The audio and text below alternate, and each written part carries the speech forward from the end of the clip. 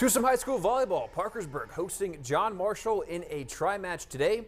We'll start in the first set. A nice dig from Grace in Bowdoin, and the Lady Monarchs can't handle it. And Parkersburg go up 8-0 quickly in that first set.